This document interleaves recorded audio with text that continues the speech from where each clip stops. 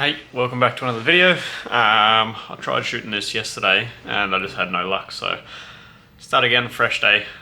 Make it nice and quick, go over a bunch of things that I've got for the car, stuff that we've ordered in and that we'll be putting in over the next couple of videos. I guess for first things first, today we'll probably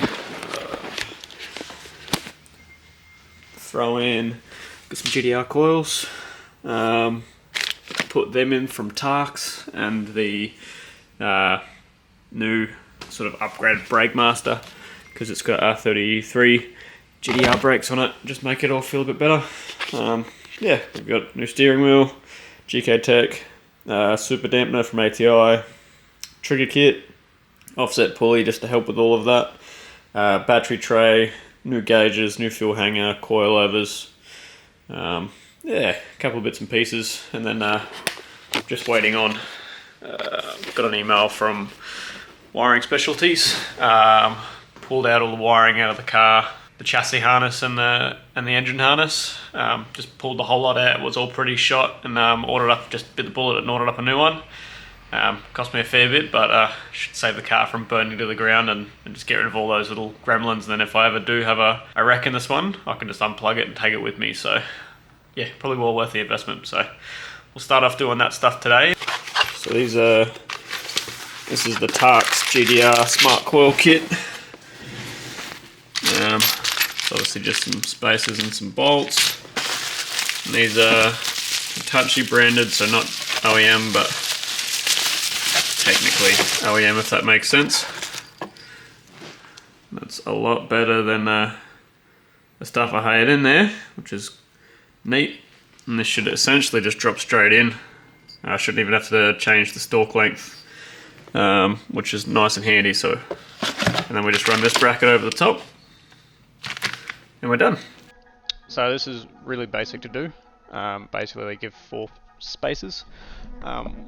Place the spacers in, just where the bolts are, drop the bracket on top of it, and then the 4 bolts of seat. I've only got 3 bolts because my rocker cover's a bit different, but that's fine. And then it's essentially putting some of the dielectric grease on the tips of the coils, dropping the coils in, and then just screwing the coils into the bracket. It's as simple as that.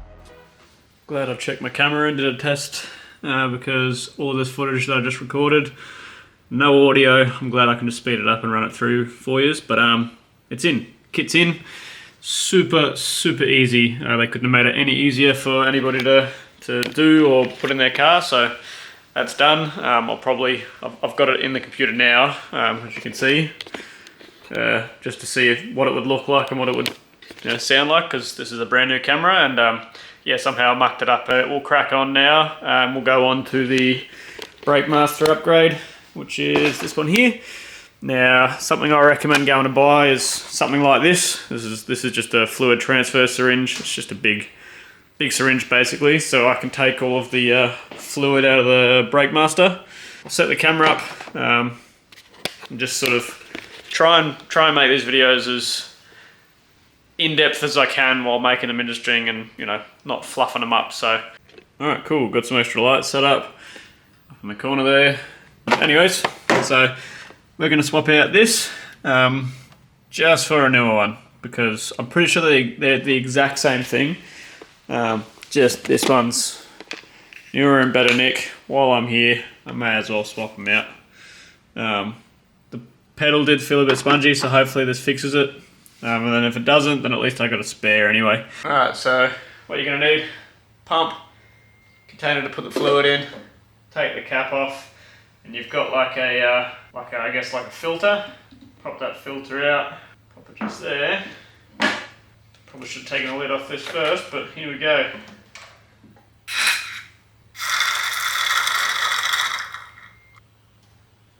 And there you go. Empty. And now to get the rest of the stuff out, basically all you want to do is go and get a paper towel or two. Just stick a couple paper towels in there, just to get the last little bits out, which I'll go and do now. Now, keep these rags around and wipe anywhere that you drip, because brake fluid is basically paint stripper. Now that you get the fluid out of the reservoir, basically going to need 2 tools, which are a 12mm ring spanner and a 10mm ring spanner. Now the 12mm will do the bolts that basically go into the brake booster or the firewall on the S13, and then the 10mm will get you by to do the hard brake lines and the sides there. Now ideally for the brake lines you'd have something that's like a C spanner, and then it goes a little further either way around here. Instead of being flush up and down, you're just less likely to round these bolts off, but this is what we got, so this is what we're going to make do with. So I'll rip in and we'll start taking off some of these bolts. Sweet, so we got all the bolts undone on there. There's 3 brake line bolts in the side of the cylinder, and then 2 12mm. Undo them, and I've just undone this, it's like a 5mm Allen head bolt that holds in this little bracket, which is the cable throttle.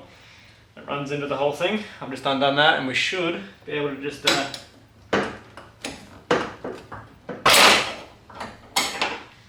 bit more violent than I would have liked, but that's it. Nice and easy. Now I'm glad I actually took this out, because I don't know if you can see that, but move this out of the way. Down in there, where it all sits, it actually looks like it's been leaking fluid. So can of, if I can get it to focus, wax and grease remover and a rag. I'm going to give it a massive wipe down while it's out. Just get the camera in there so you can see, looks like it has been leaking. So I'm glad we are swapping it out now, because yeah, it was probably just due to do one anyway, so I would rather find that now and fix it while I'm in the garage rather than out and driving. So a little bit of a muck around. Still really easy to do. It's 5 bolts and the fluid. So I'll put the camera back on the stand, grab that, push it on. It's essentially a little push, what would you call that, push rod down there. And that sits in the back of there, and then 2 bolts holding it on. So when you push the brake pedal, the plunger pushes out and into the master, pushing fluid into your lines. So yep, I'll give it another quick tidy up. I've given it a wipe down, but I'll give it another one. If you're ever doing anything with brake fluid, just triple check, wipe everything down, because brake fluid, like I said, eat your paint. And yeah, massive pain in the ass. It's basically paint stripper. So go ahead and do that, and I'll throw the new one in.